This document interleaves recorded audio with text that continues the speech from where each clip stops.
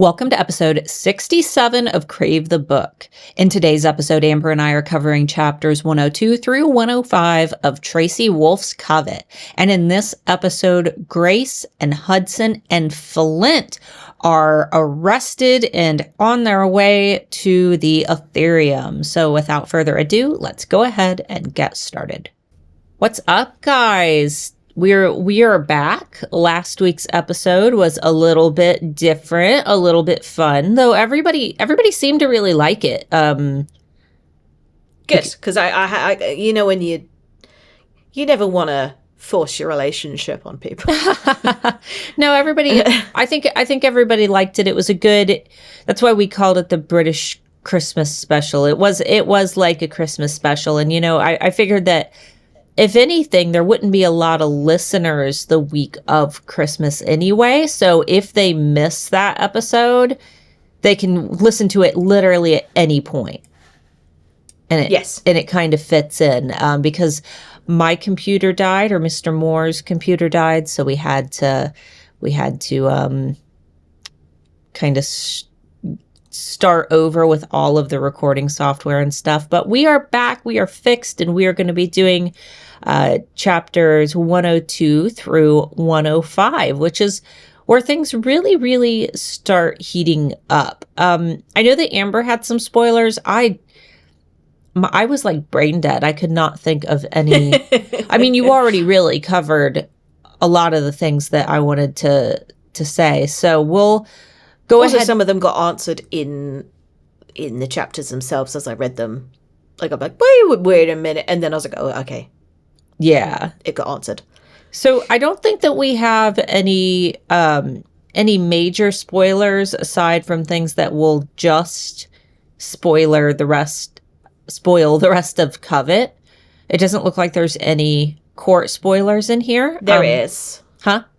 There is a court spoiler. Oh, is there a court spoiler? Okay, so if you have not read until court, you need to listen for the wolf howl, and that will ensure that you can drop out of the podcast before we say anything that might spoil court for you. But I guess we can go ahead and jump into it. It's graduation day, and during not last week's episode, but the episode before, we had actually talked about the bonus chapter where Grace says that night she stays in Hudson's room, but then she wakes up in this chapter saying that she didn't get a lot of sleep. In her own room, saying that she didn't get a lot of sleep.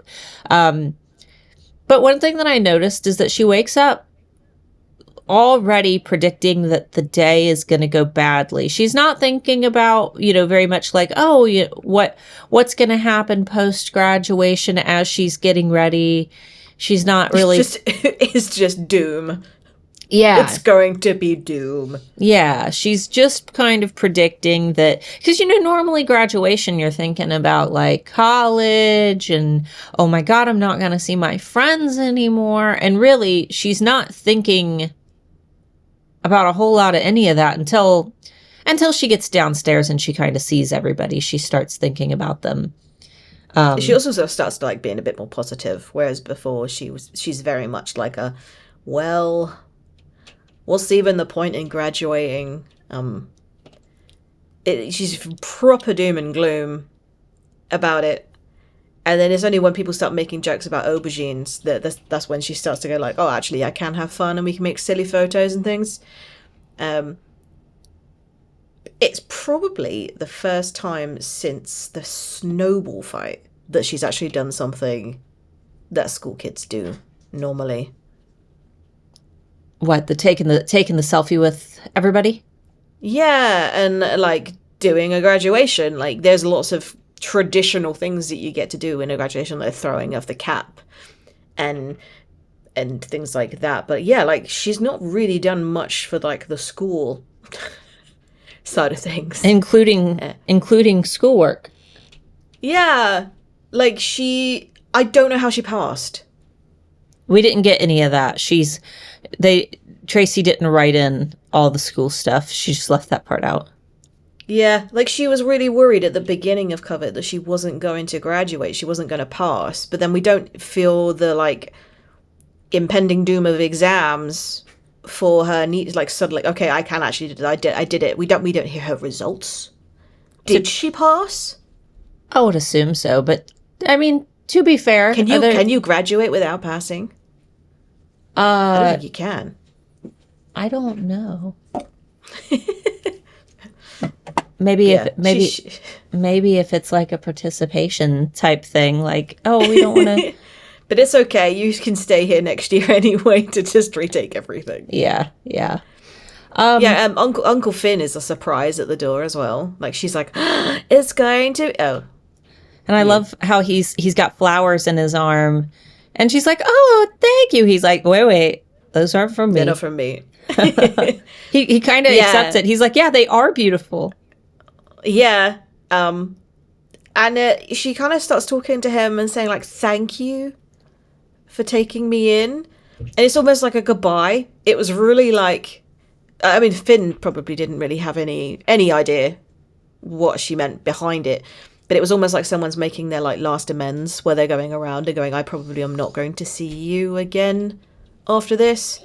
And, like, thanking them for something that's so normal as a human being to do for a family member. Like, he's not a strange wizard headmaster that's taking in a waif and stray. Like, she's his niece and she has no other family. Yeah. And I mean, he really doesn't know the extent of everything going on because she hasn't communicated with him. No, and he could be probably the one person that could help them. Right. She's kept him in the dark. She's like this crazy, powerful warlock, and we're just not going to tell him anything. Yeah. And it seems like he does. We actually get to see him. He has some power that we otherwise have not seen. Yeah. And he gives her this, like, rock. Which she's like, oh my god, it's so beautiful. But I'd be like, dude, Hudson over there, he gave me a rock and turned it into a motherfucking diamond. What are you going to do with this pebble? Yeah, the rune, he said, came, they were her dad's, and he left them with Finn when he kind of left the paranormal world, and Finn had always hoped that he would come back for them, but then he said that he realized that they should have been, that he's been saving them for Grace all along. But despite Grace not being a witch. Yeah. But she can't read runes. Well, maybe because it's a rock. She's like, what does this one mean? And he's like, it means protection and safety. And she's like, oh, thank you so much. And he's like, there are other ones, but I don't trust you to have them. You can come pick them up later. Yeah, and he's really insistent on her keeping it with her. Like, insistent. And she does it. And she has it for maybe 2 hours before giving it to someone else. Yeah.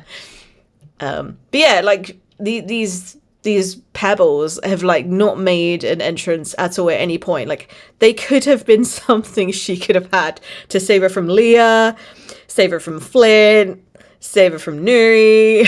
Like, she could have had them the second she got to Katmere. Finn could have been like, hey, keep this in your pocket. It's a good luck charm. No, seriously, just keep it. Don't. And a lot of trouble could have been avoided. Yeah. He's like, they were your dad's. Or like, it's something she would have been like, oh my god, I'll cherish this forever because it was my dad's and I don't have much of him around me to kind of hold on to. That would have brought her a lot of comfort, but no, he waits until she's about to go to prison. Where she can't take it anyway. Yeah. Oh, Finn. You. But yeah, he's like, this rune is the rune of non-doom. Like, he's going to save you for everything.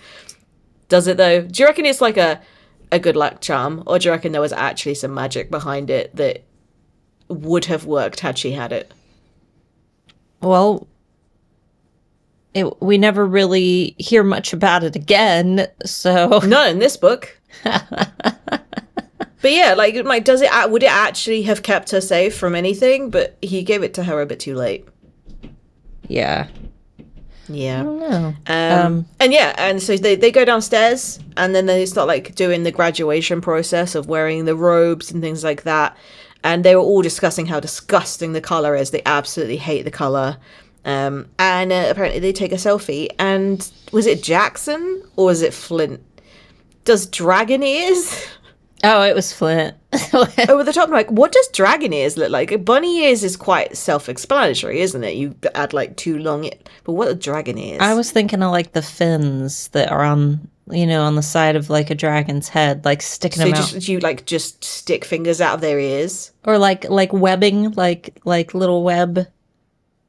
Like if like you like pretend that you're like an axle, like pretend that you're trying to impersonate an axolotl, and you'd stick your fingers out, like, I don't know. That's what like I pictured. Okay. And Jackson comes down without any of his graduation gear, and I love how everybody was being subtle. They're like, I don't want to look like a giant eggplant. Oh, we all look like giant eggplants. And he's just like, I don't want to look like a giant penis. Like, he's just not subtle at all. He's just like, no, I'm not going to look like a big penis. Yep. Yeah. And did you get like the real awkward moment where Grace is like holding their hands and going, it's going to be okay. And nobody hears her. She's like, it gets lost in the wind. Was that her version of cheese? It's going to be okay. I love that they yelled "fuck Cyrus" at graduation. That with the vampire can hear you across the field. Yeah, that was probably really dangerous to do. And then Nuri like comes over and he's like, "You're under arrest." Yeah. Out of nowhere. And Grace just flips her lid, doesn't she? She proper. She goes right for the insults. Oh yeah, she's like, you bloody coward! La la la la la. And it's all because she's like, literally, we saw you like a day ago, 24 hours. You said that you would give us a week, and you didn't. Well, yeah, because she almost felt like her and Yuri had come to a bit of an understanding where they almost they got on each other's level and they decided that they were going to fight against a common enemy. And, even though they didn't necessarily agree on everything, they found that common ground. And then they had a great weekend. And, it felt like Nuri was Was there a reason? Was there a reason why she like literally changed her mind within 24 hours? Had something else happened? Because Grace was like, she was saying that Nuri must have been like blackmailed or something. He must be holding something over her. We never really hear what that was.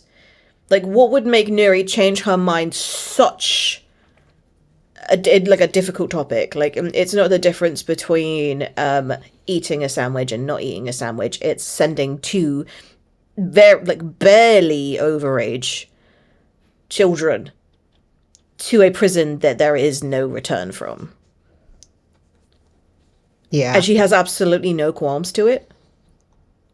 I mean, she didn't. And yet, she didn't really the first time either. I think that. Yeah, but she hadn't had like that evening with him. She hadn't welcomed him into her home and spoken to his girlfriend, who she had then like warmed to. Found out that Flint also liked him as a friend. Like all of that like growth reversed in 24 hours.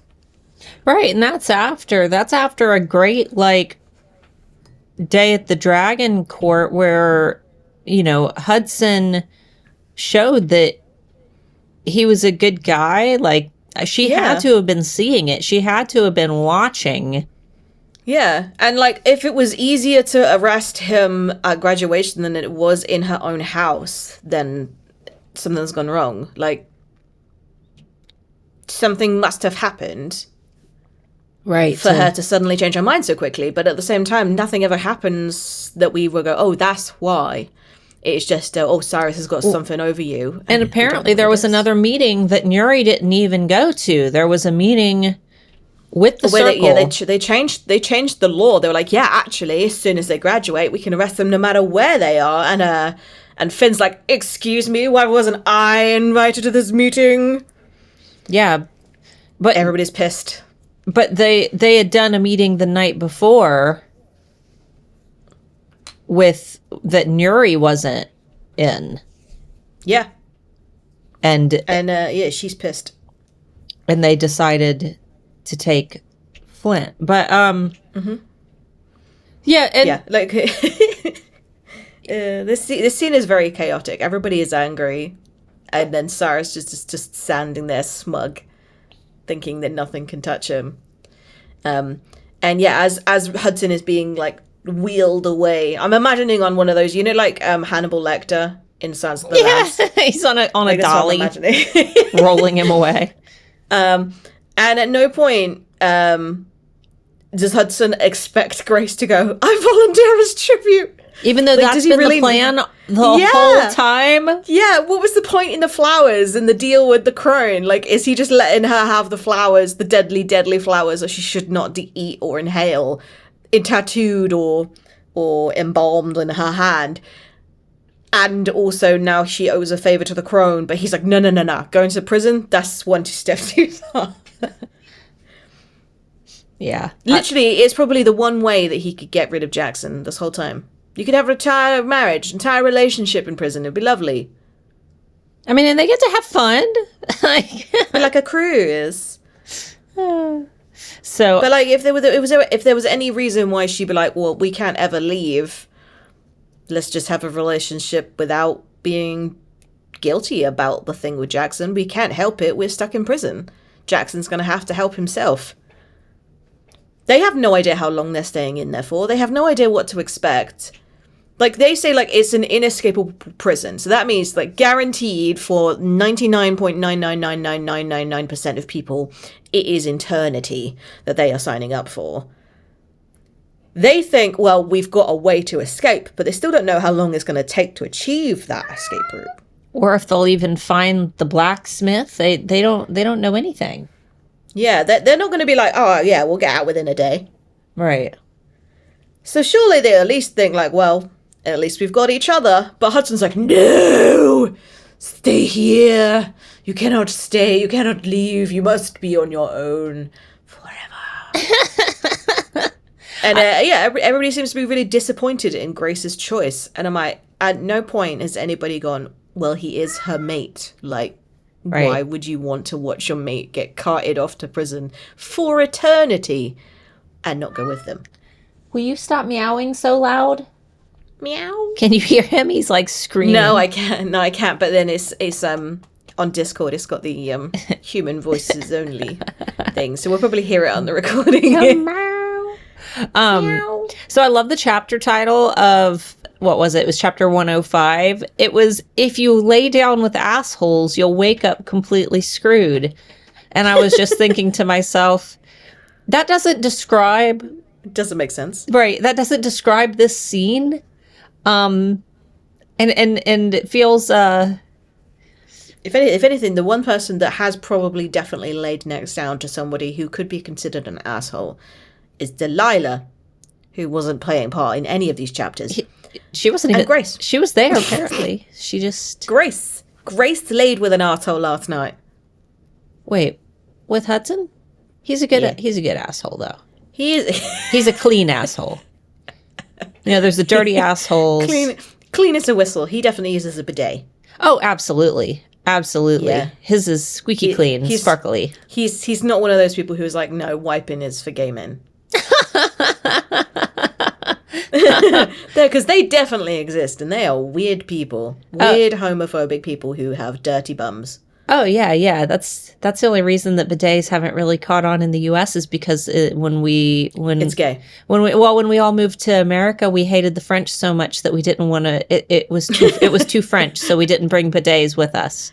I see. But now everybody in the U.S. walks around with a dirty butthole, except for me, because bidets are wonderful, and it was a great investment. Sponsored by bidet company. I don't know. You've forgotten the name. I don't know what name it is.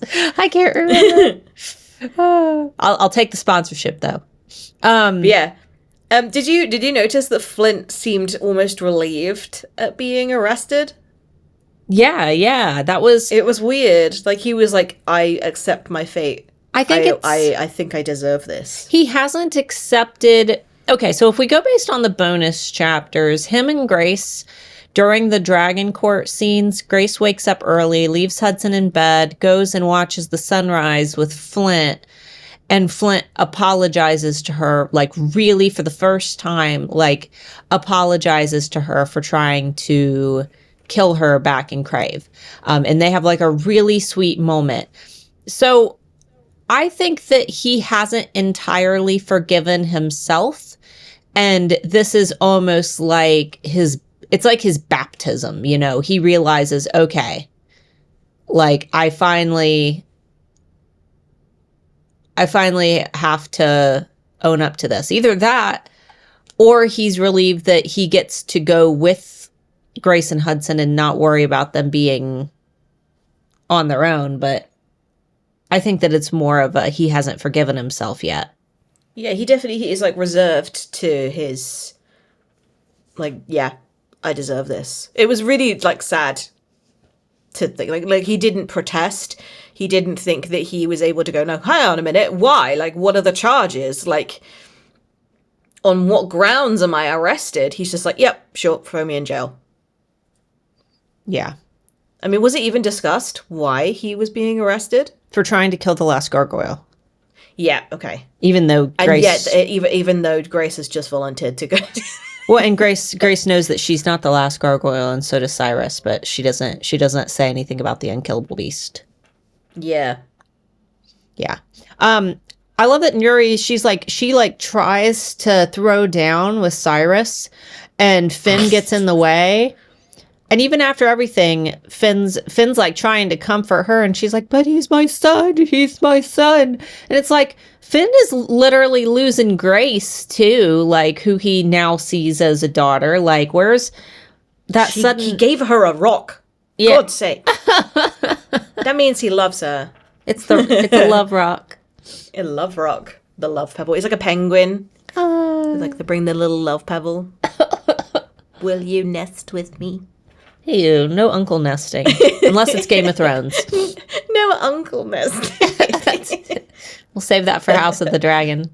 Definitely sounds like someone that you would have in, like, Uncle Nestor. Oh, yeah, like, he sounds hairy. Oh. I did notice also that, like, she only gave the way out of the prison to her son. She's like, no, screw you and Grace. Only Flint's getting out. Flint, this is how I get out. Atone.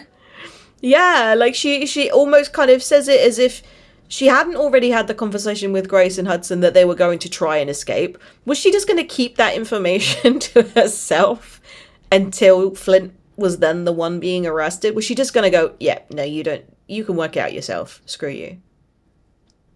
Well, maybe she also doesn't think that they can atone. Like, the way she said it as well, and, like, for those that haven't read further ahead to what the prison does, she does say, well, you didn't kill anybody. You didn't actually kill Grace, so the prison won't ask that of you. And that makes it sound as if, like, whatever your crime is, they'll do it back to you. Mm-hmm. Like, kind of like, oh, well, if you steal something, you get your hands cut off, kind of thing. Right. It's like an eye for an eye. If you use your hands, we'll take your hands, kind of thing. And I was like, wait, okay, Hudson is there for crimes against killing people. Killing people. So then I'm like, wait, is the prison going to ask Hudson to die?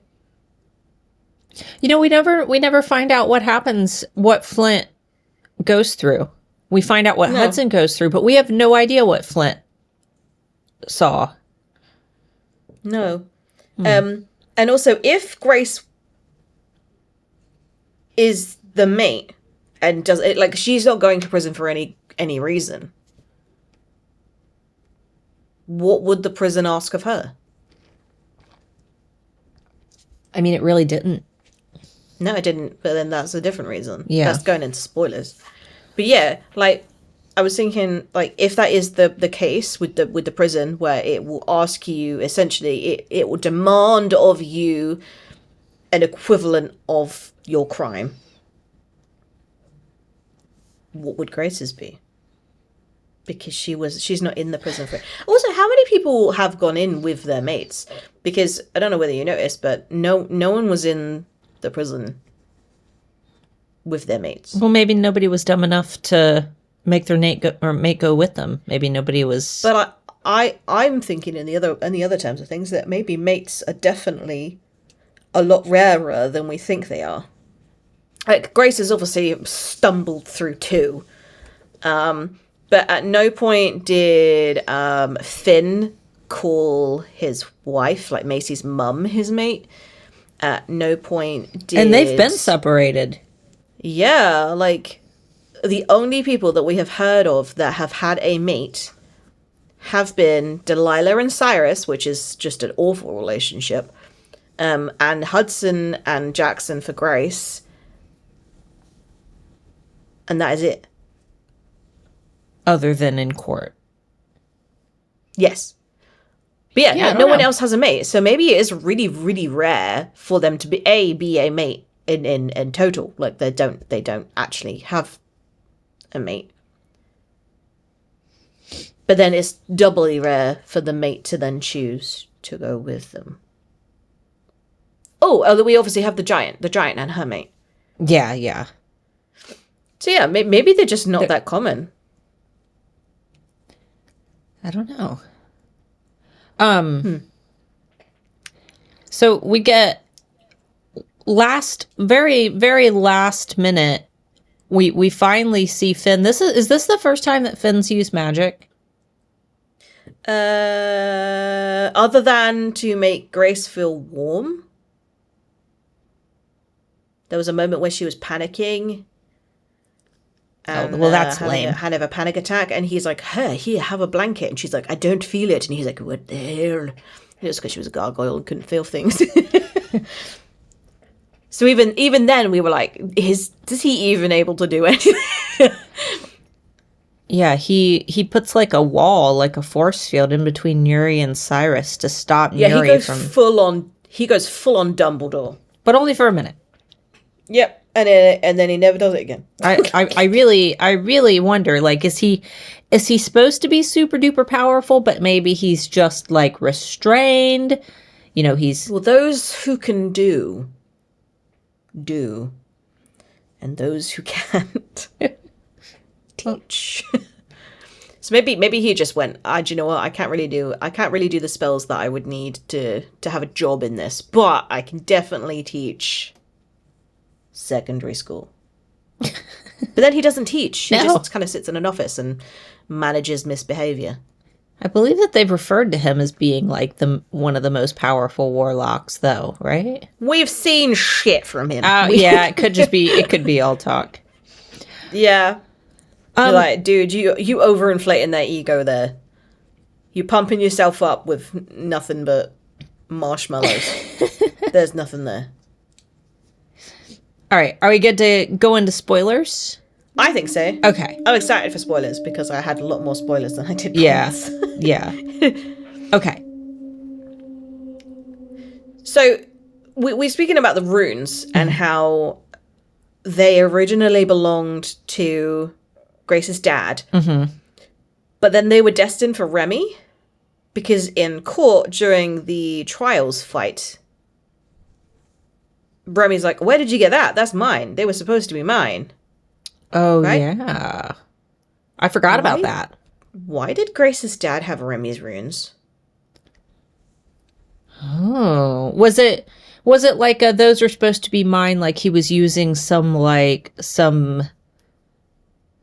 because who's to say that Grace's dad didn't acquire them and that they had originally belonged to somebody else and they were destined to eventually land in Remy's hands?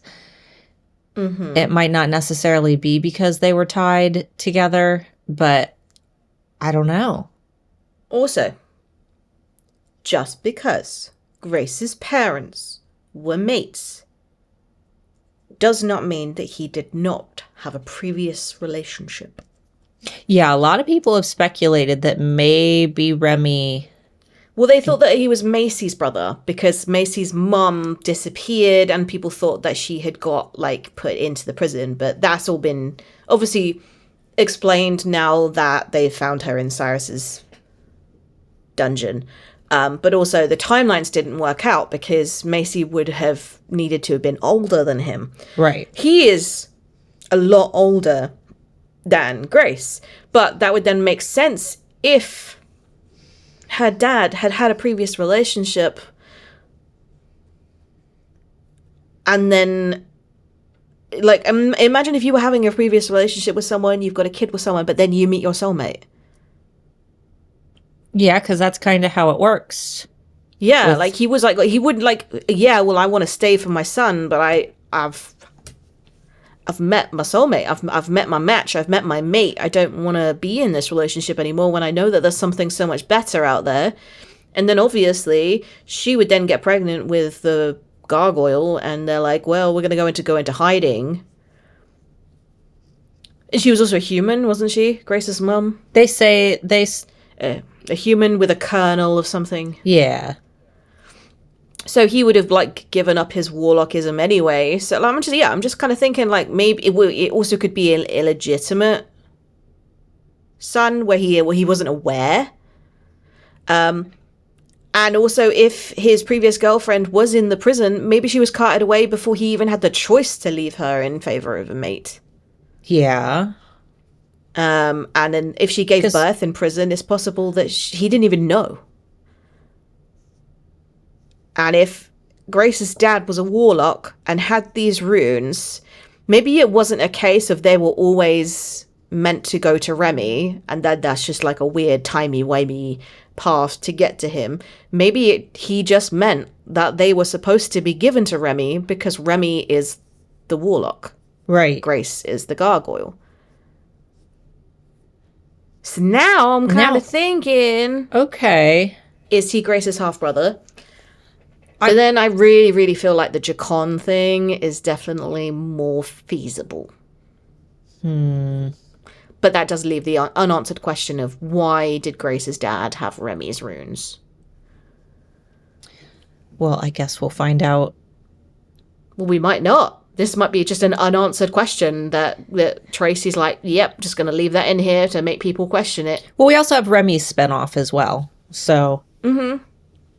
I really hope that we do find out a little bit more about Remy. Like, he's a really interesting character. Like, he's the one that I have the most questions about.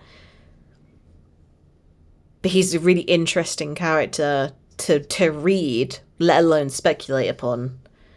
But yeah, the way that he was like, yeah, these are mine. Like, he knew it so matter-of-factly that either he must have had previous knowledge of them and was just waiting for Grace to give to them to him, which she would have had she taken the rune to prison. That's true. They stripped her and made her put on... I mean, she could have put it in the old prison wallet. Yeah. But it's just weird that Finn gave her this one rune, and was planning to give her these runes the same day she meets Remy. Yeah. It's fate. Like, something along those, like, destiny, passing it along, like, I was always meant to meet you kind of vibes. I just don't know why.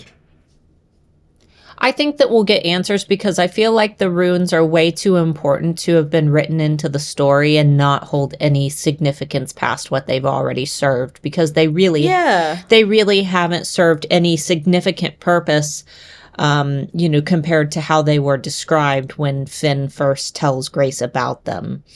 Yeah, I mean, wasn't there a moment where Grace is talking to Macy's mum and she says, well, I don't think that you're just a witch or just a demigod. I also think that don't think that you're just a gargoyle or a demigod. I think you're a witch too. Yeah. But then Grace never really explores that or finds out what she means by that. But that also would mean that those stones would equally work for her. Like, the way that Remy describes these runes was like, well, the only person that they'll ever work for is me. Mm-hmm. I don't know. But yeah, it was a question that I had. I was like, wait, something's hinky here. I think that in Remy's spinoff, I am hoping that we get his backstory as well as a new story. I really like when, there's a couple chapters dedicated to explaining, the past. Yeah. Yeah. Like, especially like when in Charm with the journals, like it doesn't just explain why he's the reason why he is in the present tense, but it also explains why he's going to do things in the future tense. Because you've learned more about his backstory, it makes sense. Whereas if you didn't have that, it would just be he's doing weird things. He's just weirdo. He's yeah. Like if you met Hudson and you didn't know anything about the reasons why he had trouble trusting people, why he was quite socially awkward in terms of knowing like pulp fiction references and things like that, he didn't really have much of a childhood. You go, well, you're just weird. But actually knowing why he's like that, it doesn't make you necessarily pity him, but it makes you understand why he's the way that he is. I want to know why Remy he's so cutthroat. He's great. He's a great character, and he does have the compassion of, like, I want to save my friends and stuff like that. But during the prison scene, he's very much like nah, I don't care what I have to do, but I'm leaving. Right. You're getting a tattoo. You're going to do this. We're going to do this. You're going to fight a gladiator. You're going to do this. Like, he has absolutely no compassion for the three. He makes it seem like it's all very much like self-interest. And, I didn't even... At first, I was curious, like, I couldn't figure out if he was a good guy or a bad guy. Yeah. He very much had those vibes where... Or he was a character that wasn't good or bad, like he just had a goal. It's like those characters that are just completely neutral, and they do things that could be considered bad, but it's not bad in terms of them just trying to achieve a specific goal. So like, I mean, if he was like that, where he literally just intended to use and abuse Hudson, Grace, and Flint to get out of the prison, he wouldn't have come back in court. He would have just like literally left and ran away as far as he possibly could and never came back. But he did. He came back to them, not to fight our Cyrus. He could have gone straight to the source if he wanted to, but he knew that he wanted to save his friends specifically. Yeah. So I don't think that he's a bad guy, but the way that he comes across in the next few chapters are definitely very, like, self-interest orientated. And that does make me wonder, like, what kind of childhood he has as a prisoner. Like, he was growing up in the prison, but he didn't necessarily act like a prisoner. He was loved. Yeah. And the guards had a lot more respect for him because they saw him grow up. Yeah. He had a very, very high awareness of how the prison worked because he had not just, like, been thrown into a cell. He had grown up there. So, yeah, I'm kind of wondering whether learning a bit more about him is like, oh, that's why he was a dick. Yeah. And then speaking of the runes, I was like, did it give Jackson any protection whatsoever? Because Grace puts it back in Uncle Finn's pocket. Did he ever even give it to Jackson? Give it to Jackson. No, well, obviously not, because Jackson almost dies. But did Jackson even have it? I don't know. I don't think he had it. This is my problem. It's like literally that rune was pointless. Yeah, I don't think that Finn ever gave it to Jackson, because the next time we see Jackson is during the battle, and I don't think that Jackson has it. Otherwise, if the rune actually works, assuming that it's not just a rock, it didn't do anything. Maybe it did. This is my argument, is that maybe things happened where obviously there was a death, but did the rune do something to convince Nuri? Yeah, to turn up? Like, are the runes a bit more subtle in the way like they will indirectly save your life rather than literally you're invulnerable? Because I feel like if that was that way, those runes would be priceless. They would be like crazy valuable. Otherwise, like, it's like, oh yeah, here you go, take this rock that makes you completely like indestructible. Maybe Nuri would have saved Luca instead. So that's what I'm talking about. Like, maybe the rune did work. She's like, indirectly. Flint, which one do you want? Which of these? Which one do you like? Which one's? Yeah. Which was your favorite? Which one's your favorite? You can only choose one. Which one's your favorite? It's like asking him what he wants for dinner. But these are our choices. You can either have old boo or new beans boo. on toast. Oh, boo, what? But yeah, that was my second question. Was like, what even happened to it? Did Finn even give it to him? And if so, did it even save anybody? Was it just a pebble? Maybe Finn was like, you know what? Fuck this. I don't trust Jackson. He puts it back in the box with the other ones. Yeah. And your last spoiler, I thought the same thing. Nuri is like out for blood, ready to kick Cyrus's ass, and Grace says that she's like, and she would totally win. Would she? I think she would, but based on what Jackson came home saying, that said that like Delilah's like appear strong when you are weak. They had that theory that Cyrus is weak. And then Crone said that he had no magic. He has almost no magic left. Oh, and so I think Nuri would absolutely beat his ass. And I can't quite remember much about her dragon because she only turned into a dragon for like a second to end it. But to end being a dragon. End it. But I'm sure that she's powerful. Yeah. I don't know. And she is also like quite old. Like she's not a stranger to how Cyrus is as a person. So she probably knows intimate details about how he fights.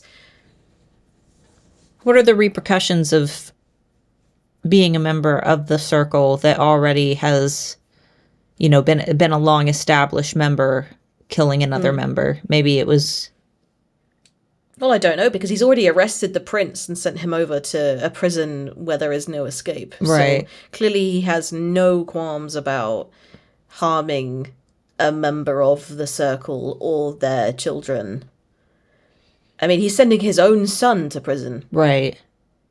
But yeah, my question was like, why did Finn stop that?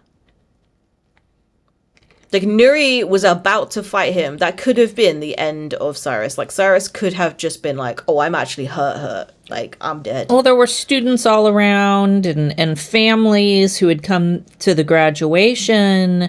Maybe it was just we can't, like, okay, there's a time and place, and right now is not it. I don't know, because I don't think that the way that Finn was arguing wasn't that way inclined. He was very much like guys, you can't do this. This is what he wants. Yeah. And I was like, maybe Finn can't let that happen because he still has no idea where his wife is. That's true. If Cyrus dies, then he will definitely lose his wife. Right. Or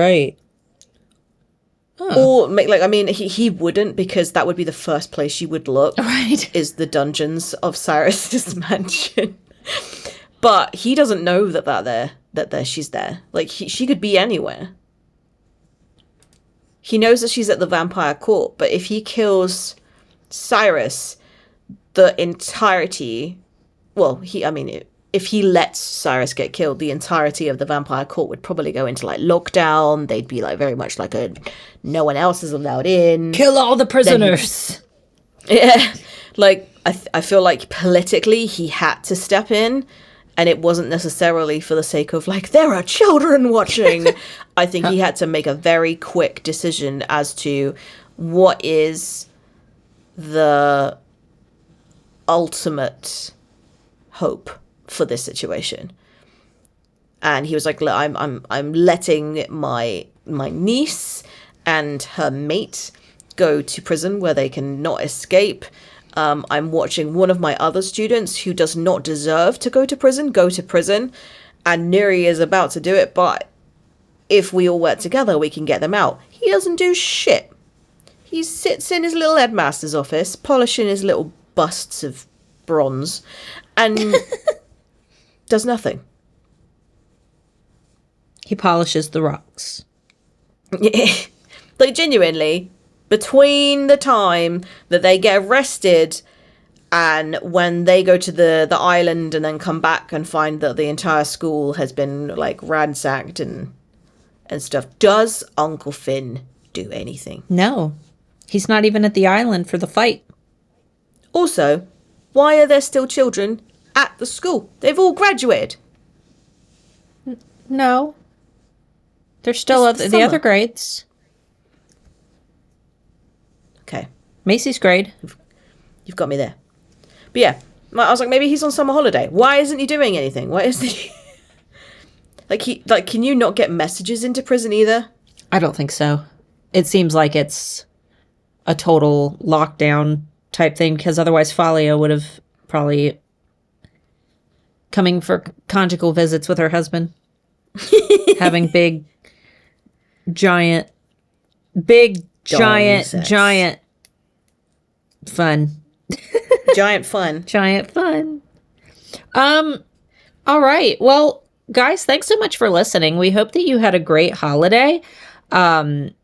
Next week we will be in the prison, which that's Merry Christmas. Merry Christmas. We're going to prison, which honestly, Happy New Year. Happy New Year. New Year, new me. This is actually the part that I was most excited for, though, out of the book, because I think that it'll be the most fun to talk about. It's my favorite scenes. Yeah, and it sounds really macabre and depressing, but yeah, the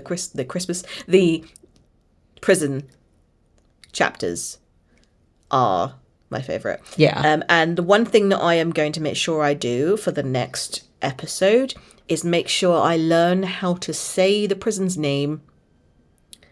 The Ethereum? Because every time I read it, I'm like, no, that's not how it's said. Ethereum. Surely.